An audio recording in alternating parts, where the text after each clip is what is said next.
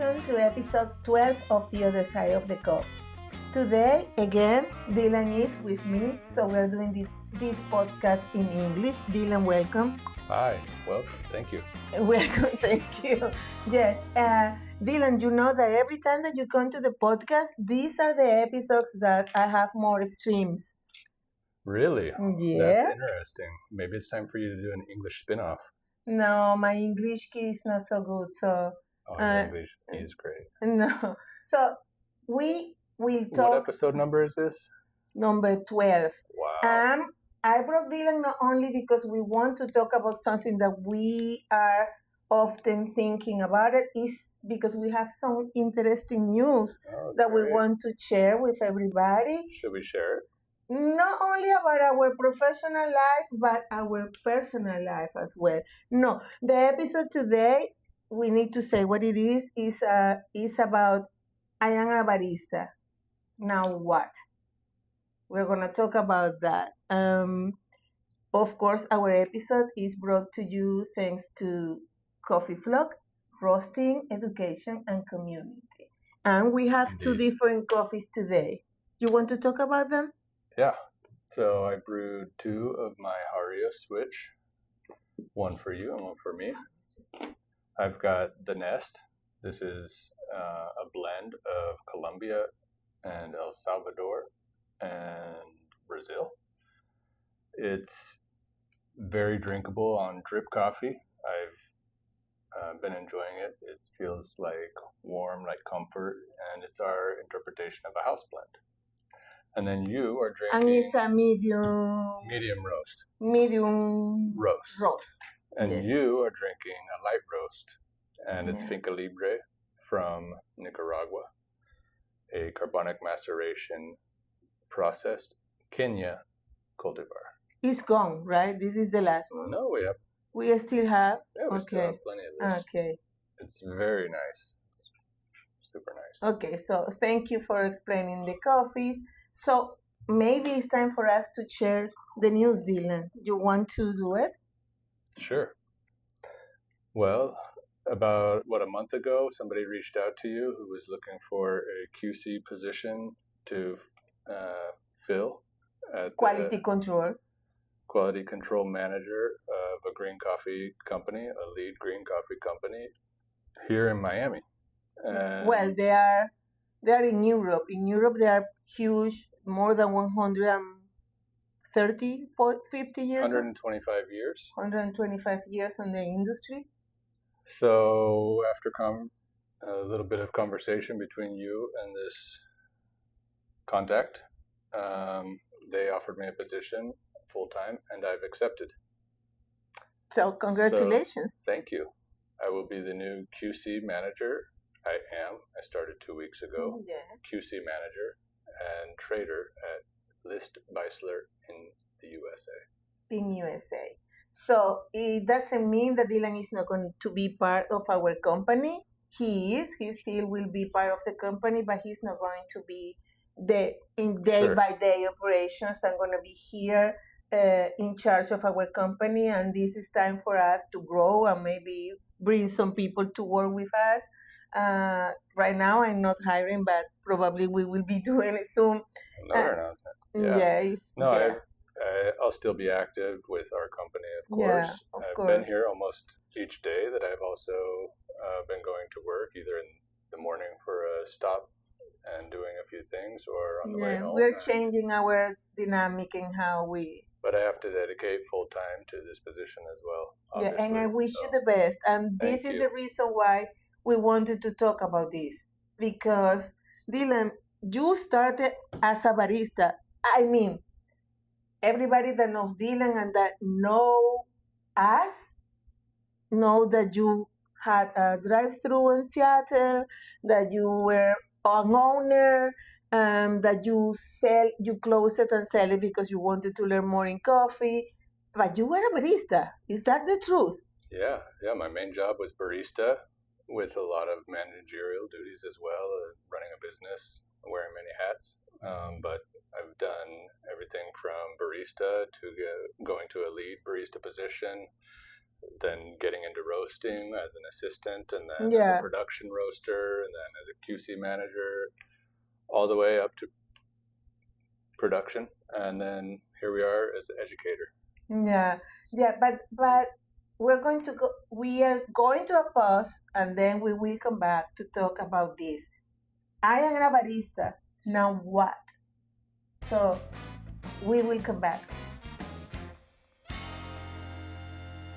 We are back, episode 12.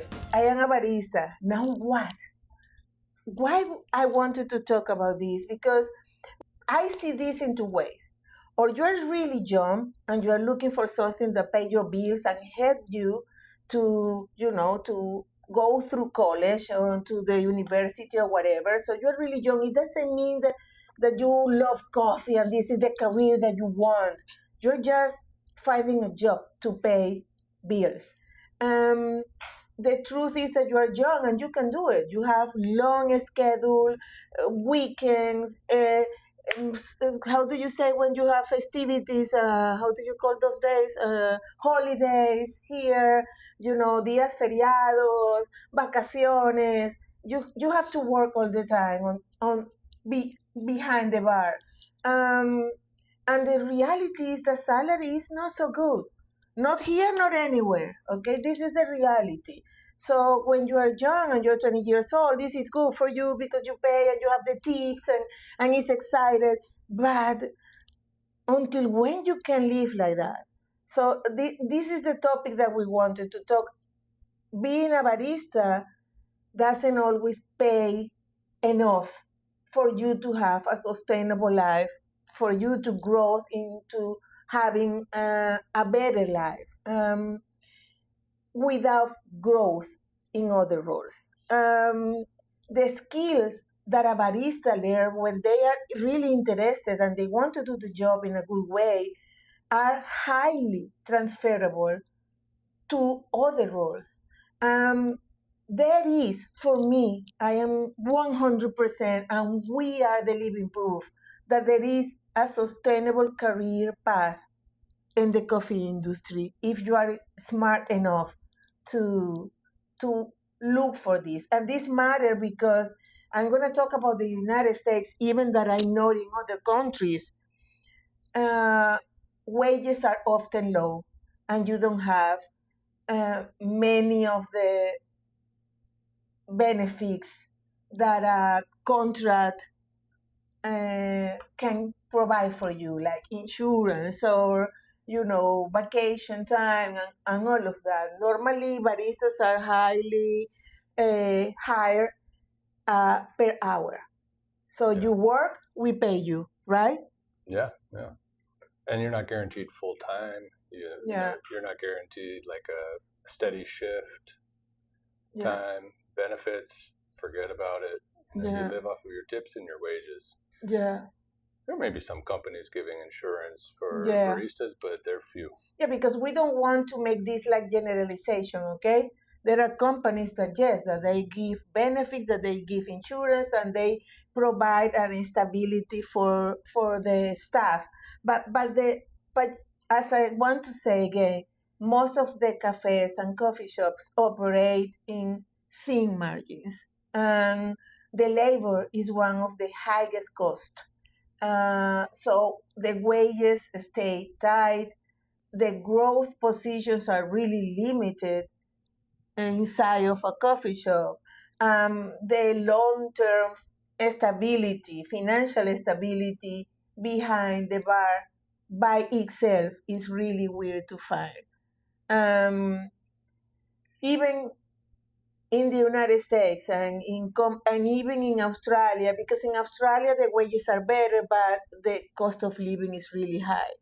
In Europe, the wages are lower, even than in the United States.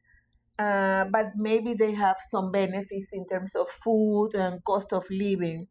So we don't want to generalize or talk about it, how much is it, because there are companies do different things, but the wages are low. That's the truth. You can work really hard when you are in your 20s, but when you are getting older, it gets harder. Yeah, the barista job is surprisingly kind of tough on the body.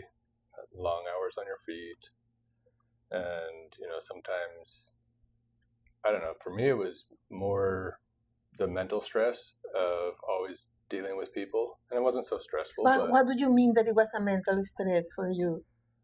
I was mentally exhausted by the end of the day. Let's say that it wasn't that it was stressful, but for me, I'm more of an introvert, so being extroverted all day long kind of took away a lot of my energy. So But you're talking when you started, or always has been like that? kind of always as a barista was like that for me. Mm. Don't get me wrong, I loved the job of a No, barista. and you're really good I really talking to, loved the yeah. service and the aspect of communicating with customers. But by the end of the day, I didn't want to talk to anybody, and I wanted to drink a beer or whatever to unwind, and that's not very healthy either. Yeah, but Dylan, you always knew that you wanted to do something different in the coffee industry since the beginning. I wouldn't say that. I wanted to be my own boss. I wanted to own my own coffee shop, but just early on as a barista, I really wanted to have a quality focus. I wanted to serve a quality product. I wanted to perfect the cup of coffee, and whatever that entails. It became a rabbit hole that I was chasing, and so I always wanted to kind of educate myself on how to do better coffee, and yeah, that started me on my path. But many things that I have seen in baristas is that they feel stuck. Okay, I'm a barista, but and this conversation came because we were talking about it. We were contacted to do like a latte art throwdown here in Coffee Flock. And we were discussing the possibility of doing and it's always the same people. It's the same people going to the latte art throwdowns, the same, and you see the same faces. I'm talking about Florida, okay? And they move, they all goes to, and I was thinking to myself, are they, for how long they're gonna be doing this? There are people that are really young, but there are people that you start seeing that they are on the more than 35, probably some of them close to 40. And I ask myself this honest question, how they can survive, with being a barista and wanted to compete in latte art throwdowns. That means money. They need to travel. They need to go places. Yeah, here in Florida, everything is so spread apart. So it's Yeah, it's you need a car to move here in Florida. Yeah, that's a tricky And one. I have seen many people that came to my classes at the beginning in 2019. They are not in the coffee industry anymore. They left because it was unsustainable for them. So why people get stuck? And there are three common traps. First, the identity trap. The latte art becomes like the identity, and this is true. The skills becomes the performance, and the growth stops. And in this kind of aesthetics, I do latte art, and I am always practicing because I want to win. I want to do this. Then we have the comfort trap. Is the cafe becomes the community, and leaving this community feels like betrayal. I can't leave. I don't feel good leaving. These are my peers. This is my people. This is my people. And then the visibility trap. Most baristas don't see the full coffee supply chain. And that's true. They don't see the full coffee supply chain. They don't know what exists beyond the counter. There's an interesting thing here too, that the social part of coffee becomes so important to them, and it's great. We connected through the social network of coffee. We did, yeah. And but at some point you have to ask yourself if you're really how to get back from that, because if you're putting all of your energy out after work into enjoying social events with other coffee people, what are you getting back from that? If you're winning all the latte art throwdowns and you're making money, that's great for you. Yeah. But yeah. But even you see the world latte art champions, they're owners. They took that advantage to get with other people, and now they're coffee shop owners, or they have roasteries. They're adding other things. Yeah. Yeah, it's interesting. I wonder if they saved up a lot of money as a barista and winning latte art throwdowns, or if people came to them. Yeah. The problem is that they don't have the talent. And I'm not criticizing latte art. Everybody knows that I don't like latte art, but I respect the discipline and I respect the skills. But it's not that they don't have talent. It's that they lacking of exposure and mentorship. And this is true when you work in a coffee shop. How more can you grow? For me, or you go to the supervisor or you're the manager. But beyond that, what else can you get on this? And this is part of what I have. I always think that you have like two real outcomes. For you, this is just a job. There are people they don't even drink coffee. They don't like coffee. Baristas? Yes. Like coffee. So they're just there. This is a job. Don't expect me to be describing. But there's a difference because they probably don't also think that they're going to be there for very long. Forever. Yeah. Because it's just a job. And there are others who are just enjoying it. And, at some point you think that you could maybe want to do this the rest of your life. Yeah. But I guess the only real way that that's plausible, that you can actually survive and make a prosperous income would be if you become an owner or if you become something else. Yeah, and that's what we want to talk. What we see that is a chance for everybody is like if you fell in love like we did, this is dangerous because at this point the passion, you need to find a structure on this passion, because if not, you will be disappointed. And we know baristas champions that have competed in World Barista Championship, and they are not in the industry today. They left. Yeah. So, this is a reality. It's a hard work, but you need to be smart. So Dylan, let's talk what is the typical career progression path that we see in coffee. And let's talk about salaries too, because yes, we need to talk about the salaries on this. And I have, for instance, I have my statistics, that I like to talk about that.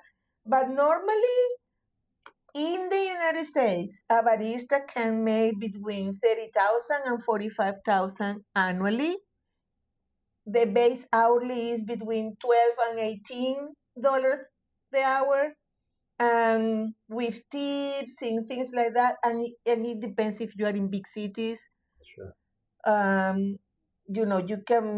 They pay different, and the tips are different too. And please don't forget the time, because the better baristas are going to get the better shifts. The better shift. The one in the morning, if you can crush the rush. Yeah. In the morning, you'll get a better shift. Yeah. You'll get more hours. Yeah.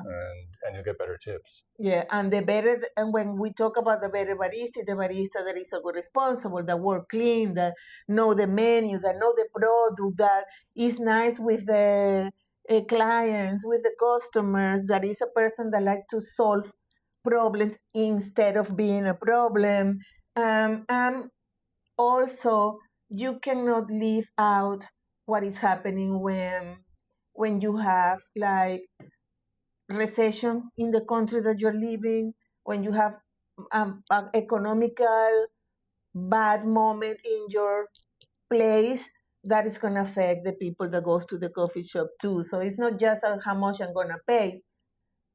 Coffee owners can't pay more if they are not having a good time, because they have, like we said, thin margins. It's not like they're getting rich people. I always told our baristas, if we do a good job, people will come, we can pay you more. if we are doing a bad job and we're having bad reviews and people don't want to come, we're all gonna be affected by that. We will have to close. Mm-hmm. Yeah. Yeah.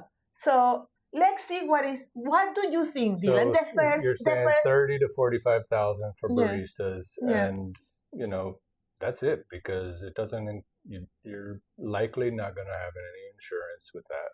Yeah. Or even holidays. You might have a few, but there's very little outside of that base. Okay, but I want to stop here because you have experience on this. Mm-hmm. You work for places, right? Yeah. And I hired baristas too. Yes. And it was hourly, and honestly, I didn't have full-time hours for my baristas, and some coffee shops do, but not everybody usually has full-time hours. There's usually 20 to 30 hours per week. Because here in the States, the maximum is 40 hours. 40 is like a full-time. Yeah. And you have to split that in 6 days. If 5. Yes, 5 days, yeah, 5 or 6. But in coffee shops you work 7 days and you have 1 day of resting. Okay, but my question is, you work as a barista, not in your place, in other places. Mm-hmm. You work in Martha Vinegars, right? Mm-hmm. Where you were making good money. How was it? Because I would make decent money there as a lead barista. Okay. Can you say that it was like more than 50,000 or not? The problem with that is that it was seasonal. That was a seasonal job. It started in May, it ended in September, October-ish. Mm-hmm. So it was like 5 months out of the year. And in that 5 months, I probably made $20,000. 5 months. So that means I was at the upper end of the barista wages. But you were working as a bartender too. I was getting extra hours as a bartender. I even shucked oysters there to get a little extra money. But the extra money that I got was a small part of that. I got a salary wage as the barista there for the 5 months that I worked there. 4 or 5 months. So 20,000 for 5 months. Let's say if you were there like the whole year. But we're talking about the next step up. We're not talking about barista anymore, because my job also entailed training and other aspects that were beyond what a regular barista job entailed. So that was basically a little more. Yeah, that was basically a promotion to a lead barista. Okay, so let's talk about what is the career progression that we see. Well, that's the logical next step, is a lead barista, right? Or a supervisor. Lead barista, supervisor. Yeah, it's whatever you want to call it. Yeah. Normally, this is the person that is going to oversee the shift, who is coming, what is the schedule, what is the, tell me the things that we are missing, what is the inventory, all of these kind of things that a manager kind of control is gonna tell you, I'm not coming today. You need to have somebody that you tell cover, who is covering you. If you're gonna come, you won't come. In fact, who's gonna cover you? Is covering the other people who are sick too. Or you can be too the cafe manager. You can be the supervisor, the lead barista. You can be a manager. That is normally for bigger coffee shops, the ones that have 1, 2 coffee shops, maybe 3, 4, and then you have staff, you have inventory, you have the whole operations, right? And I would think the cafe manager is kind of where benefits start getting introduced into the structure. Yeah, but you need to have skills, really organizational skills, to be on that position, because you need to control really good how the coffee shop is doing. This is where it's starting to look like this could become a career kind of path. Right? Yeah. Because now you're making decent wages, you have full-time work, and you're starting to get some benefits. So you could. And normally they pay salary. They say, okay, you're going to be the manager. You are not anymore on the. You forget your tips at that point, because now you don't get any more tips. Here in the States, when you're a manager, you don't have tips if you are a manager. So forget about that. So managers can go from 35 to 65 maybe. If it is a company that really appreciate the manager and want to keep them with them, they're gonna pay good, and you have the benefits. You can come and eat, and you have this perk of the business that, like they say. Uh, but depending of the location and the size of the place, if you have only one coffee shop, is.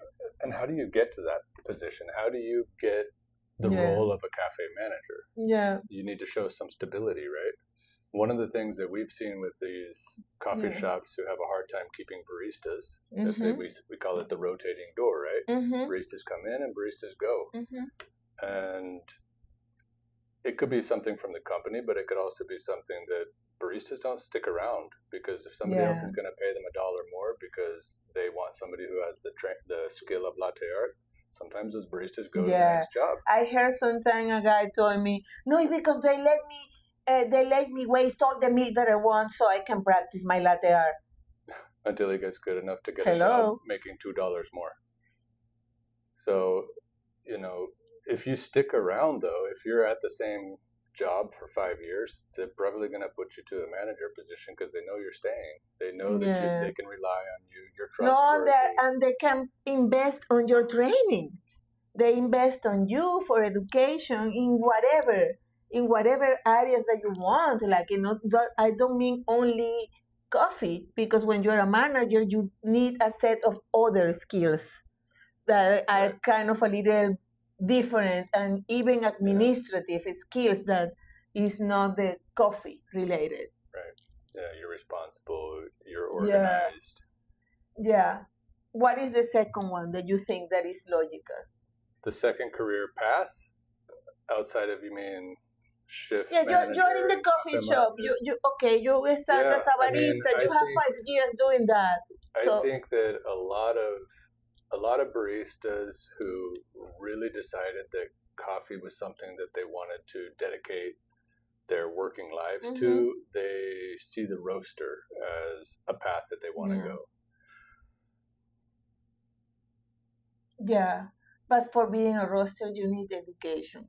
I think it's a myth to believe that that's a logical progression from barista. Yeah. There's so many differences in the type of work. Yeah. Like, the job of a roaster is solitude. It's you and the machine. Yeah. And me against the work. As the barista is you and everybody. Yeah. So not only that, but I made a few kind of estimates in my head. I don't know how accurate these numbers are, but for every 100,000 baristas there are out there, I would say roasters, there's maybe 100. 1,000? For every 100,000 baristas, wow, maybe 100 roasters. That means out of 1,000 baristas, one of them may be able to get a job as a roaster. Of course, fact check my numbers, see if I'm accurate or see if I'm wrong. Yeah. Cafe managers, probably there's 5,000 to 10,000. That's a logical progression, right? Yeah. Lead baristas, there's a lot of lead baristas. Maybe 1 out of every 5 barista will become a lead barista. Yeah. But for instance, I know the case of a person that was a manager of a growing company. They had more than 5 locations, and this person was burned out. She quit, and not only quit, she went back to be a waitress because she told me, this is not the life that I want. It was too much. It was stress. That sounds almost like a general or a regional manager kind of position too. That's no longer a cafe manager. And that is a really hard job. And they should be paid really well to do that. Yeah, it was really demanding. No Saturdays, no Sundays, no weekends, no holidays, no nothing, because that guy was the manager of the whole thing, and he needed to be there. And he quit. I said a she, and it's a he. He quit, and not only quit, he said, "I'm gonna be serving tables because I need the tips. I'm making good money on the tips. Now I don't know where he is or what he's doing or nothing. I lost totally contact with him. So is. Oh, it's not to say that you can't go the path to become a roaster. If you want to become a roaster, yeah, you should probably spend some time learning about roasting. You need to educate yourself. If you want to be a roaster, and at some point you say, I want to be a roaster because I don't want to be, I remember that our barista said, I don't want to be standing behind the bar. Yes, but you need to be standing in front of the machine. So you're going to be standing, want it or not. That's what we do in coffee. Is the only way that you're going to be sitting is like the job that he has now, that he has an office. And he's on the office with computers and TVs and things like that. But if not, I spent my whole day yesterday since 7 a.m. until 3 p.m. standing behind the roasting machine. So, or you can become a podcaster and you get to sit in front of the yes, camera. and you sit at least for 1 hour, but there is no money here. So the thing is that you need to study in order for you to be a roaster, because they're going to ask you, do you know about green coffee, about processing? Show me if you have a palate, because it's not, I want to be a roaster, yes, but do you know how to cup? Do you understand the impact of different profile roasting curve on the cup? So you need to study. But yes, I see the roasting is a path. And I told many of my baristas when we were in Argentina, do you want to be a barista your whole life? Or you want to become other things? And we gave training to them in everything. And most of them right now are trainers or are roasters, and I'm teaching and doing things, because as a barista, they didn't, at some point, they were not enjoying it. There is another one that I like, and we don't have many of them. Oh, yeah, there's a few. The equipment technician, tech support. This is a super underrated path. Yes. Now, it's not for everybody, because you need to be able to turn a wrench. You need to kind of understand how things work, and be patient and be able to kind of troubleshoot things and work your way backwards to figure things out. But there's a lot of rules out there for coffee technicians. There's a lot of espresso machines out on the market, and they need to get fixed. They need to get maintained. So I would say out of 100,000 baristas, maybe 1,000 can get a job as a technician. Yeah. And start learning. And even, and they are really well paid, and there is a high demand for that kind of role, especially in our industry, that we have these super expensive machines, grinders, roasters. And it's a very valuable skill to know how to be a barista when you are a coffee technician, because there are people who are very technically minded, but they don't know a lot about coffee, and they can fix espresso machines. But it helps. It's highly valuable if the person who's fixing the espresso machine knows how to pull a good shot of espresso and understands that side of the business. Yeah, I will say also, like, of course, many people that are in coffee, at some point they start teaching. They want to be an educator. They took some classes, or they work as a barista for quite some time, and then they're teaching. Of course. And they're giving consulting. Once you want a couple of latte art throwdowns, you can teach people how to make latte art. Yeah, that is going to make you a good trainer? I don't think so, but there are people doing it. Some people are natural teachers, and they do really well at it. Other people, sometimes they try, and anyways, it's a little extra money in their pockets. At least. To make a career out of an educator is pretty difficult. It's pretty difficult, and money is not there. So that thing that you're going to believe that you want, I'm going to be traveling and I'm going to be teaching everywhere, and it takes a whole lot of investment to get there. My first years as a trainer, I was not making money because I was traveling, and many of the money that I did was on tickets and hotels, or you pay me the hotel and you pay me the ticket, but then the classes were super cheap. You for me, when I started in 2010, I started. And you didn't have a location for I teaching. didn't have a location where to teach, so I was that's the traveling. only way that you could teach. That was the only way. I had to go to your place. If you want to have a training center of your own, you have to invest a lot of money. Yeah. And that's the tricky part. And yes, but you need at the same time to have a name, because people that are gonna pay, they need to know that you are not a fraud, that you are somebody that can teach, that they're gonna come and they will learn. So becoming a trainer just because you are going to be a trainer, for me, doesn't make any sense. You have to have the passion to teach and to do it. What else, Dylan? There is one here that is real. Yes. Right. Yeah, this is real. This is wait, I got a couple notes here. We've got quality control and sensory specialist. But that one I leave it for the last. Yes. Sales rep. Yeah. That's a good one. Yeah. And I would say that there's probably opportunity there for a lot of people. Yeah. So, like, if you're working for a coffee shop that has a roastery brand as well, they need people to sell their coffee. Yeah. And if you have skills at sales, that's one of the few ways in the coffee industry where you can start making six figures if you're really good at it and you're with a company that's growing. Or if you are successful at one company that's not growing a lot, that gives you the credibility to get a job at a growing company. Because you have sales experience, and if you show success at sales, then other people want to benefit off of that too. And you have to remember, I remember that people said, I don't want to be a seller. Every profession is a seller. As a lawyer, you need to sell yourself. As a doctor, you need to sell yourself.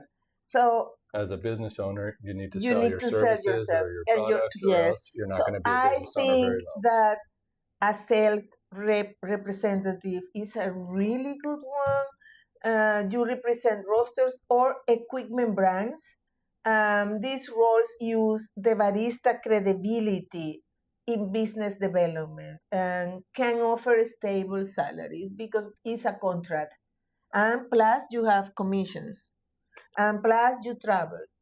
So if you are not married, or you are married but you don't have kids, or you are married and you don't care to be traveling, so you're going to be traveling. You're going to go to events. They're going to pay for your hotel. So there is this thing that I'm not saying that everybody that works as a seller is going to make $100,000 annually, but probably and not everybody who tries to be a seller is going to be happy doing that. Some people just really they don't have the killer instinct, or they don't, it's not their path. They don't want to do that for the rest of their lives, and I have like the representative. I have for equipment technician. I found for a senior tech is between 80,000 and 120,000 K. And I will say yes. Wow, that's pretty good. Because we know people that they charge $350 the hour. You have the starting salary at around 50,000. 50,000 for the starting. That's because it takes some skills, and when you have those skills, people pay for it. Yeah. For a sales representative, they said the salary is between 50 and 70. But because they have commissions, they go to 70,000 and 120,000 K. These are numbers that we found, but different sources, many sources here in the States. But that doesn't mean that it's true. Okay? But now it's starting to look prosperous. Of course. Yeah. And remember something. When you want to buy a house, they're going to see your credit record. And if you're paid by hour, they don't have a contract to see that you have an stable income. So when you have a contract, you can show that month to month to month, you're able to pay the mortgage. So you can buy a house. Yeah, if you're living off of tips, your wages may fluctuate quite a bit. And as an hourly, they're not going to give you like the letter of recommendation. Well, if you're getting 40 hours a week, no, you have the income to prove. But if you're not claiming tips on your income, you're you're at a loss when it comes to I getting found that coffee educators say between 45,000 and 75,000, and independent consultants go from 60,000 to 150K. But this path depends heavily on reputation and network, of course, because I'm pretty sure that there are some people from the University of Switzerland that these people are making, I can say 200,000 annually, 200,000 annually, but these people are like in the top of the industry right now. Everybody is chasing them, so maybe they're making this amount of money. I have no idea. Which position, which role are you talking about now? No, I was talking about coffee educator, a trainer, but that's why it says it depends heavily on reputation, and there are reputations and reputations.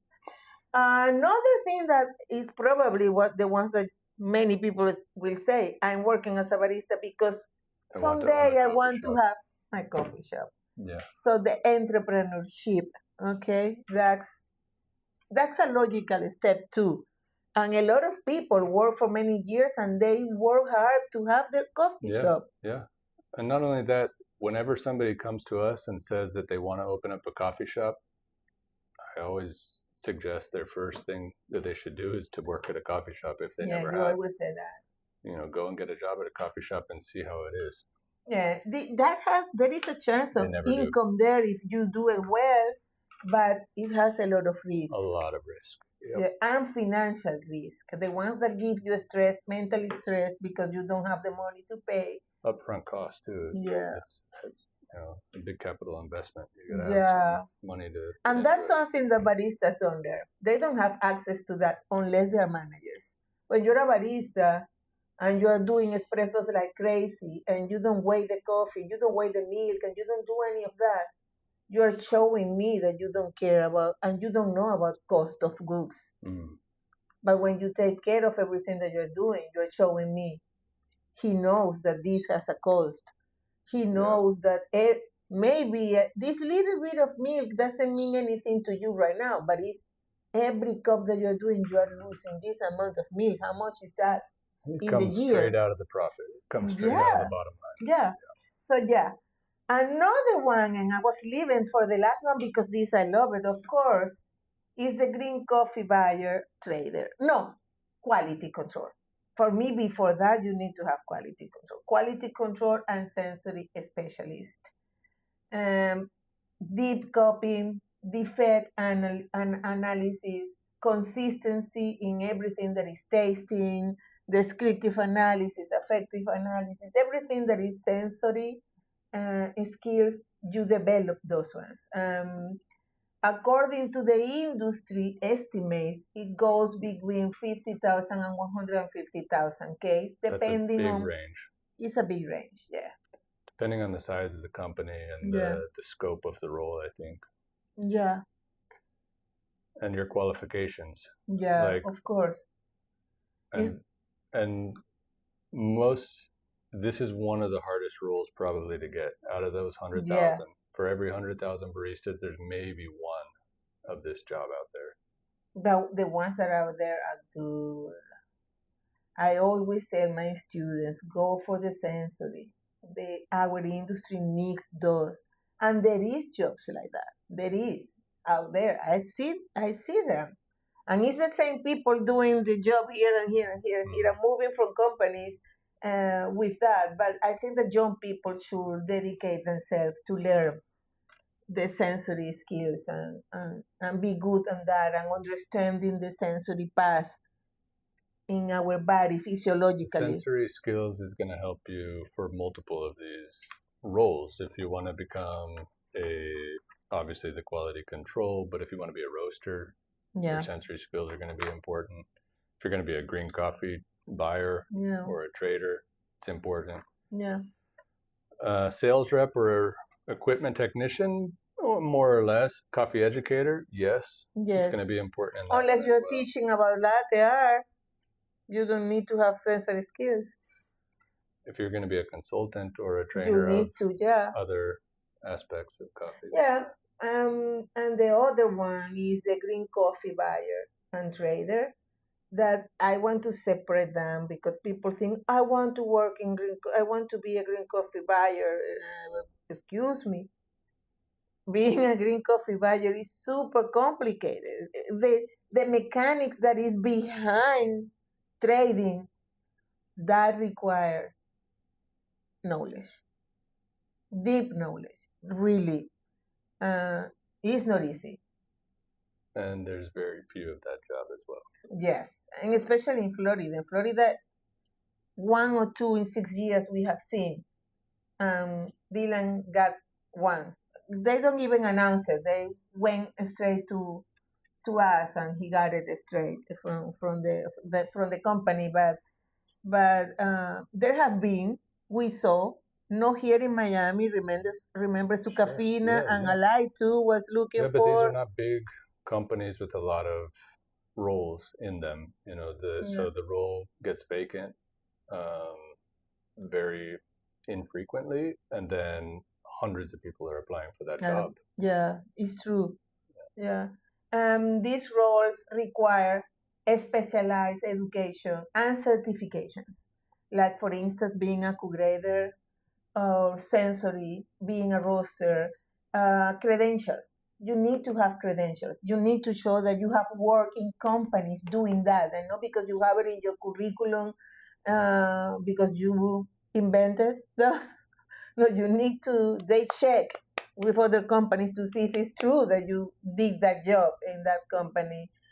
But they offer substantial career growth. They give you the whole package, the benefits, the vacations, the insurance, the traveling, all of the things that there is. How is the name of the K401? What is that thing that the K1? 401k. Yeah, say it again? 401k. Yeah, what is that? It's a retirement planning. It's la pensión that we call in Venezuela and in other countries. It's when you get older, they're going to pay you. It's an investment. It's an investment on your seniority. No, you pay into the 401k. Yeah, of course. So you say how much you want to invest, and they will match. Yeah.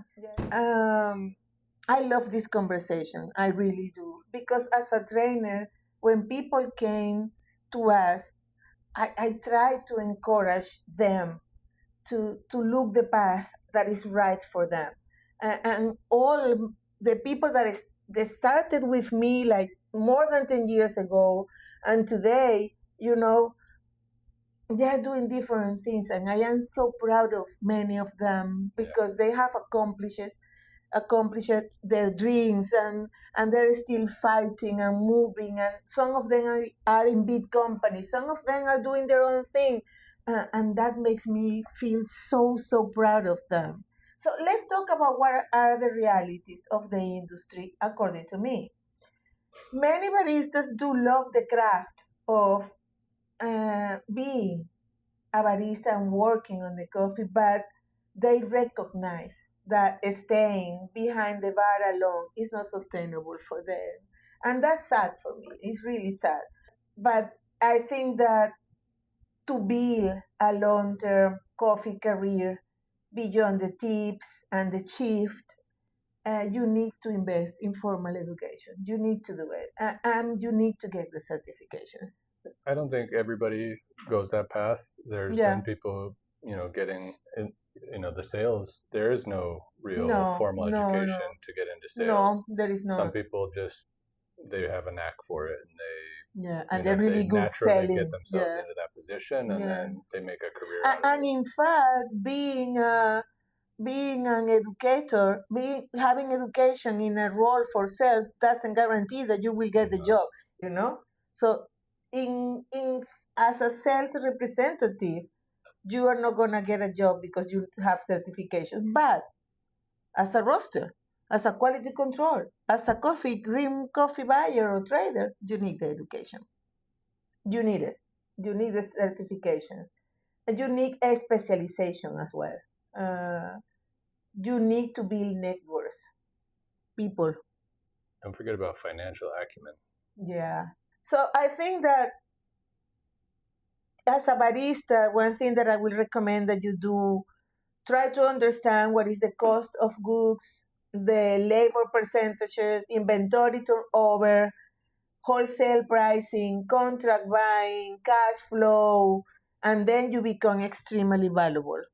And that's really good because that's something that you had that I didn't have when we were in Argentina, and that helped us a lot because it gave a perspective that I didn't have. That's why you and me made a good team. Yeah, we do a good thing, and we still do. Yeah. And that is going to open a door to other aspects like operations, consulting, green buying, and all of these things. Yeah, you need to be prepared when you start to have a really long shift and knowing that this is hard. It's not an easy unless you have a job sitting in an office, but then you're going to be the whole day looking at screens and not one, sometimes two or three, and all of that. It sounds crazy, but you need to see the market and understand the market, right? Mm-hmm. Yeah. So I think that I will ask you to ask yourself, how can you survive as a barista in the long term? Ask yourself that. Maybe we as the coffee industry, we have the responsibility to try to find a better way to protect the people that is working. A lot of people are right now talking about how we can protect the producers and how we can help producers because they are really vulnerable on the supply chain.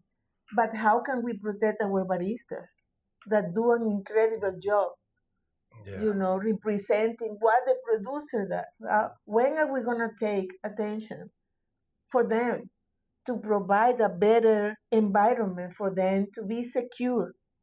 Because now it's not only that they are not well paid, it's that society is getting aggressive with them. And we see occasions in that you have consumers coming and throwing things at them. And give your barista a hug. Yes, give your barista a hug, pay well, give them food, for breakfast, provide lunch. And I know that probably you will say, but are you crazy?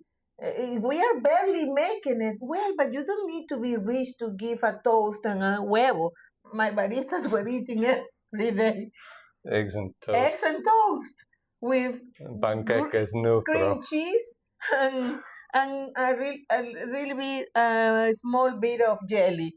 So, they were with us for 4 years, 5 years, and they were eating every morning the same. That was the breakfast. Sometimes we go to the coffee shop in the middle of the day and we ask them, did you have lunch? What did you eat? Comida de loco. Crazy food. Pan con pan, bread with bread, something like that. Because, sometimes the things were not so good and they were eating whatever. Neutro. Panquecas neutras. That is a panqueca that didn't taste like anything. So, but give something to them because they are really vulnerable as well. They are really important in our industry. And I am sad when I see these people investing in their future and then leaving to other careers because they need the money. I met one girl from Puerto Rico, and she is really good. And she's not in the industry anymore, but she's really good. And it's sad for me because... This is one of your students? Yeah, she came here, she took a class online, and we met her she took the class. I don't want to say her name, but she's really good, amazing. It's one of these girls that can be whatever she wants in coffee. But she is so disappointed from the industry in Puerto Rico and she's misunderstood, I think, as well, that she's not in the industry anymore. Interesting. I don't think I met her. Yes, you did. No, I don't think. I think I saw her on the virtual class, but when she came here, I wasn't here. Babe, we met her we have pictures of her in Puerto Rico. I don't remember. Yeah, you don't remember her, but yeah. So I don't want that. I want our people to stay and grow and be happy. So many become disillusioned, and because they love coffee, and I think they want to make a career or a life that works closely with coffee, but it just and at the end they are impacting the industry as well, because they are representing the producer. And passion is passion. It doesn't matter where you are. So we wanted to talk about. I hope that parts of this topic help you to have an idea of how you want to move. And I hope that you have, as a barista, a beautiful life. And if you want to be a barista your whole life, it's okay. I'm not saying no, but I'm 100% get sure a good pair of shoes. Yeah. Oh, yeah. And demand that they buy you the, how do you say, the floor mat. Okay. You need to have the floor mat. So you're not going to start suffering from your knees. And your lower back. On your lower back. Yes. So, well, Dylan, is there something that you want to do? Again, congratulations for your job. I'm super proud of you. Super proud. Thank you for your support. Yeah. I wouldn't be here without you. Yeah. I wouldn't be here without you neither. This was a fun episode. I think this is going to be a good one. Yeah. So please leave your comments or your questions or whatever opinion, and I hope that you like. And thank you for being in episode 12 of The Other Side of the Cup. I am a barista, now what? Stick with it. Stick with it. And we are going to next week. Let's see what I'm going to talk, because I'm changing the subjects every time. So have a good one. See you next week.